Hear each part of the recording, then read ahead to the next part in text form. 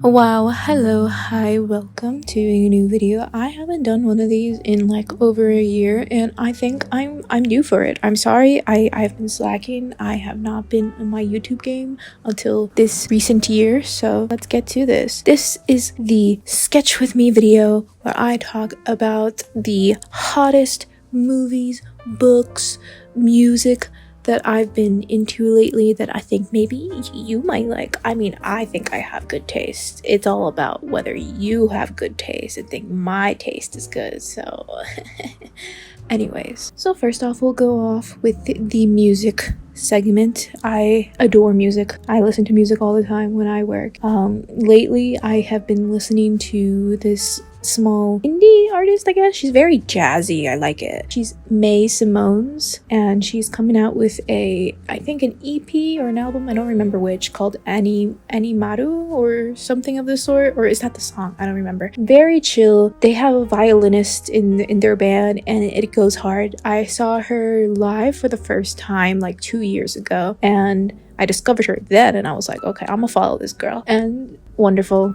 She comes out with bangers. She sings like in Japanese and in English, so like it's a nice mixture. Next is Escaper by Sarah Kinsley. I think this is an album or maybe an EP. I don't know. I never can determine what is an EP, like how many songs. You need like 12 songs? I don't know. Her vibes are very like experimental in my opinion. I feel like she uses like she produces her music, I believe. So I think that's like, first of all, like really amazing. And then also second, I just really like just the sound, the instrumental just gets to me. Like I don't even have to listen to the lyrics. I can just feel what she's saying just through like the music alone, like the instrumental alone. So if you like experimental music, like maybe, I don't know if like I can compare her to Mitski, to be honest. I'm trying to think of who she reminds me of. I don't know. I just think of her as like her own being. Next, I feel like I have talked about him so many times, and I have seen him two times live, and hopefully I will see him live again this coming summer. But this is Requiem by Keshi. If you don't know Keshi, you're not in the Kevin Nguyen log. It's a thing. I feel like for this album, he has been doing more, like going more towards the side of like pop. When he first started doing music, he was doing like lo-fi, and my boyfriend's always like, bring back lo-fi Keshi, and I'm like, I don't know. I like how he is evolving as an artist. You know, he's not just sticking to like one singular genre, you know, like he has more resources for like producers and like songwriters, and you know, I feel like sometimes you just get tired the same thing and you want to like branch out and try different vibes, and I really like it. I think my favorite song from this album is One Dreamer. Very slow, very like tranquil, and it brings me happiness to my ears. And the second one, which is more like upbeat and I just really like it, is Kiss Me Right. Very like, I don't know, if you like upbeat music, you want to dance to something while you're drawing, I don't know, that's a good song. So recommend the whole album, to be honest. I give the album like an 8 out of 10. Okay, I don't think I ever mentioned this guy before because again, like it's been a long time since I've made like a video like this. I have been dabbling in Porter Robinson. He is like a, I don't know, like DJ type dude, like rave, but like cute rave. You get what I'm saying? I saw him for the first time last year in August, and then I saw him again for New Year's, except it was just like a DJ set. But his recent album Smile, which the first song that I was introduced to with Porter Robinson was Cheerleader, and that is such like a upbeat song, and I'm like, this kind of goes hard. So then once he released that album Smile, I listened to the entire thing and I cried. And after like 3 times of listening, because it takes me a while to like really interpret like what they're saying in like the songs, I'm just like, this is such a beautiful and like vulnerable album. I love it. Like, yeah, I think he went through like depression for like a while. I don't think he's like released music in like the last like 3 or 5 years or something like that, and so I think he kind of steps into like that a little bit, and it it's so beautiful. Also, I forgot, Nurture? I think Nurture is another album that I really like from him. It's not much singing. It's more, I don't know, I just think of it like a soundtrack, you know, to like my life. It's just such a vibe. Like, if I need to meditate or if I need to like think in my head, but I don't want to like think in silence, I will put that album. If I want to go on a walk and just like really embrace nature or just like the world, I will put on that album. So highly, highly, highly recommend Porter Robinson, especially if you like Natty On. That's the only person I can think of, to be honest. Check him out. It's a banger. Next artist, album, whatever you have it, is somewhere along the lines of hyperpop. I don't really know like if hyperpop's like growing like outside of its own, like to just like generalize pop, to be honest. I don't know like where its stance is within like the music industry. It's like a nice underground thing. Anyways, artist, Too Hollis. I just question like all of like the hyperpop music videos, to be honest, but it is very like upbeat in a sense. It really gets my like adrenaline running. If I really want to work on like something or like work out, I will put Too Hollis. And my favorite album of his is Two, which is I think the one, it's like a white background and like a plus sign, like a red plus sign. Banger. You need to listen to that. I don't think hyperpop gets enough appreciation. I don't think a lot of people know what hyperpop is. This kid, he knows what he's doing. I think he grew up with Skrillex, and I don't know if you know Skrillex, but like there was a time once in my life where I listened to dubstep back in middle school, so like I am well known Skrillex for a while. But I guess he was like under his wing for a bit. So he produces his music, he works on his own music, and it's good. It's really good. He really pops off. So if you want to listen to something more upbeat and more like, I don't know how to explain it, listen to Too Hollis. And if you want to listen to more hyperpop, let me know in the comments down below, and maybe I'll make like a whole just music list of like just in general. But like I will definitely be putting more hyperpop into my recommendations if you want more music like that. Now, my last one. I don't recall again if I put her in the last video, because again, I have no idea, absolutely no clue what I put in that video. Levy. I'm sure I have talked about Levy at least once. With this album, I don't really recall, to be honest, but Bewitched is a banger. It is a banger. I have loved her since her last album.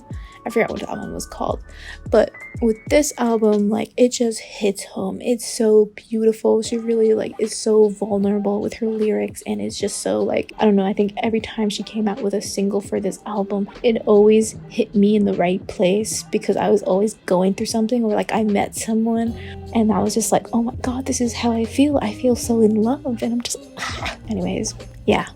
My boyfriend does not really like Levy, but you know, he's just a hater. But it's not his thing, so I don't blame him. Anyways, Levy is kind of contemporary jazz, maybe. I don't know how to explain it. That's it. It's really good. I give it a 9 out of 10. Gander, especially if you like jazzy stuff, that like Clairo maybe. So music aside, we're done with that.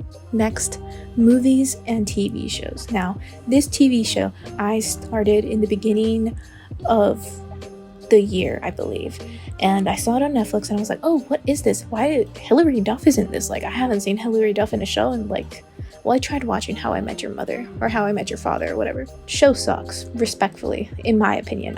Unpopular opinion, I did not like it. I watched like the first 3 episodes and I was like, nope. Anyways, this show is called Younger. It is about this like 40-year-old divorced mom with no job who recently got divorced, and she needs to go back into the industry, but she hasn't been working for 20 years because she was raising her daughter. Now, every time she went for a interview, no one wanted to hire her because she was too old. You know, we're in like, I think this show came out like in 2016 or 15, around there. So like it was like more of like a digital era and like, you know, new things. So then she fakes her age to get that job. And so then the show just revolves around her pretending to be a 26-year-old even though she's 40 years old, and just trying to navigate her, or trying to hide that from her boss or from all her coworkers, or even in her love life. It's oh my god, it's so crazy. I think I finished that show within like a month and a half, and like even my mom was watching it, and we were just both like, oh my god, like what season are you on? What season? There's 7 seasons, so definitely check it out if you like kind of like funny and like comedy drama type show. I think it was like on CW. I don't really know, but I give it a 9 out of 10. And let me know if you did watch it, or if you have watched it and you come back to this video. Let me know, which team do you stand on with her, the 2 guys that she dates. I think the one I liked was Josh. I don't know, it's been a while since I've seen it, so, but I'm team Josh. Anyways, next show is called Amphibia. Amphibia is the main character is voiced by Brenda Song, which, first of all, woohoo, Brenda Song. Second of all, it is about this girl who gets transported into a amphibian world where there's frogs, salamanders, toads, whatever, and she befriends this like little frog family. My favorite character is Hop Pop. If you've seen the show, it's amazing, and they're so cute. So this show revolves around her trying to get back home, and also trying to find her friends that were also warped into this world. Check it out. It's on Disney Plus, or just in Disney in general. And the best way I can like compare, the only thing I can really compare it to, like funny wise, or like just the vibes it gives me, is either Gravity Falls or Star vs. the Forces of Evil, which both of those shows were really great. I really liked Star vs. the Forces of Evil like the most though. Next is Love on the Spectrum, which is literally just, I guess, like a reality show in a sense, or like, I'm gonna say reality show, but not the crazy like Love to Handle or like Bachelor type beat. It's like a wholesome show of just people on the spectrum who want to find love. And I think the 3rd season came out recently, and I was like, I need to put this on the list because I really like it. And I don't know, I just found it wholesome the entire time, and I'm just like, you know, like it's nice to see, like, if for like people who are on the spectrum who watch a show, like, oh, it's like hopefully I can actually, like, you know, I can find my person. So recommend that. Very cute. Next show is The White Lotus. I've seen the first 2 seasons. Crazy. The first season, oh my god. The 2nd season, even crazier. The 3rd season I still have to watch. But if you like a murder mystery, like what's gonna happen type of show, this show is it. It is on HBO Max, and you have had to heard it at least once. Like if you're on social media all the time, there's no way you haven't heard it. So check that out. Also, Lisa from Blackpink is in the 3rd season. I don't think that much, but she's in it enough where they're like, oh my god, Lisa. Next is a movie called Past Lives. This movie is an A24 film, which, if you don't know, A24 is like notorious for like making you cry or just like making you scared, like Hereditary. And this one revolves around this Korean girl who moves to America, and then she grows up or gets raised there for like the remainder of her life, and she reaches back to her like childhood sweetheart. They reconnect, and then things fall off because he still lives in Korea and she lives in America, and their time zone different and yada yada. And so then pan to several years later, she gets married, he finds her again, the childhood sweetheart, and so then he visits her, and then, you know, it's just like a wholesome, like, oh, like, you know, you were a part of my life. That's like, you know, that's all I will say to it. But I give that movie a 9.5 out of 10. Next, this one's a funny one. But Sonic 3, the one with Jim Carrey. Well, actually all of them have Jim Carrey, but amazing. Let me tell you, it's a kids movie, right? But it's still pretty funny and entertaining. I don't really remember the first 2 movies, to be honest, but they really dodged a bullet with Sonic. Like, if they went with the first production of the initial look of him, they would have never gotten like 2 other sequels. So watch Sonic. you know, it's on Paramount. Try that out. Last movie slash TV show, but this is a movie or like a short film, is called Look Back. Now this is like a notorious film in the art community because it revolves around like artists and like a manga artist, and it just pans to like these two kids who just really like drawing, and then they become like, they start to like really focus on making like a manga, and then they just, things happen and it goes from there. But it's like very inspirational. When I first watched this movie, I was just like, all right, I need to bring out my sketchbook, I need to draw. I need to draw. It was quite sad, I will say, but nonetheless it was still very, it was bittersweet, I guess, in a sense. And the author of this, I think it was a manga, the author of this movie, manga, whatever, story is the creator of Chainsaw Man. So if you like the art style of Chainsaw Man, you will definitely like the art style of this. 10 out of 10, highly recommend. Now for the last segment is my books. I have an abundant amount of books, and do I read them a lot? No, I just keep buying books and I'm like, yeah, I'm gonna read them. Sometimes I finish them, most of the time not. But anyways, one book that I have been reading for the last since the start of the year, I guess, is called 4,000 Weeks, where it talks about like, you know, in average people have 4,000 weeks in their lives, and they really like fixate like, okay, how much time can I put into my life so I don't waste any time? And it just goes like on about like, you know, like having regrets or like making a decision, or just like, you know, like not having the time to do something or choosing to do something else, like things along the line of just time, and like not much time management, but more rather of like what will make you happier, you know, what will help you make your life more fulfilling.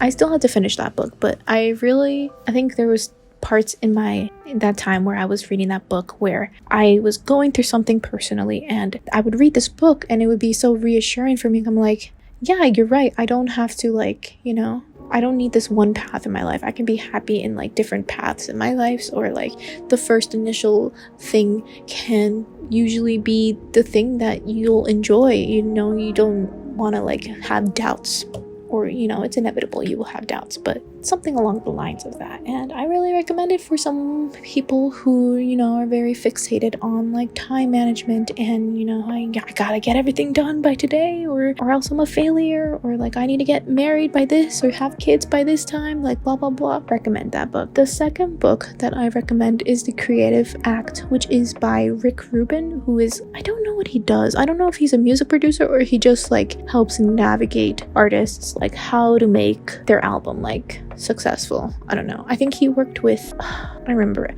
I think the recent one I remember him working with was Beabadoobie. So it just basically talks about like very like kind of like hippie typey, just go with the vibes, and I can't really recall. Each chapter is very small, and it's been a while since I've read the book. If you want to bring out more of your artistic side and just like get more of an input of like, is this the right path? Is this like, how can I bring out my creativity more? How can I make it successful? How can I make it better? Yes, he talks a lot about like the music aspect, but I think it can also be generalized within just like any artistry, whether it be like dance, acting, art, like paint, music, whatever you have it, any type of art, and apply that to yourself. Also, I like how one big thing he says is like everyone can be creative, and it's just like, yeah, you're right. Whether it's like the way you plan things can be creative, the way you curate things could be creative, you drawing could be creative, me making this video is creative. There's so many, it's really hard to not be creative unless you're just like never doing anything. So then, yeah, really recommend that book. It is pretty good. Anyways, that is all the recommendations that I have for the time being. But do you have any recommendations for me, or have you heard of any of these recommendations that I I listed in this video, and if so, which ones, and do you like them? And if you haven't and you listened to them or you watched it or you read it, let me know in the comments down below. Did you like it? Do you want me to make more videos like this? Like, let me know. Ask and you shall receive. Anyways, thank you for hearing me out. Thank you for drawing with me. Maybe subscribe to see more videos like these, and maybe check out my other videos and follow me on Instagram. Check out my store. That is it. Thank you for hearing me out, and I will see you in the next one. Bye bye.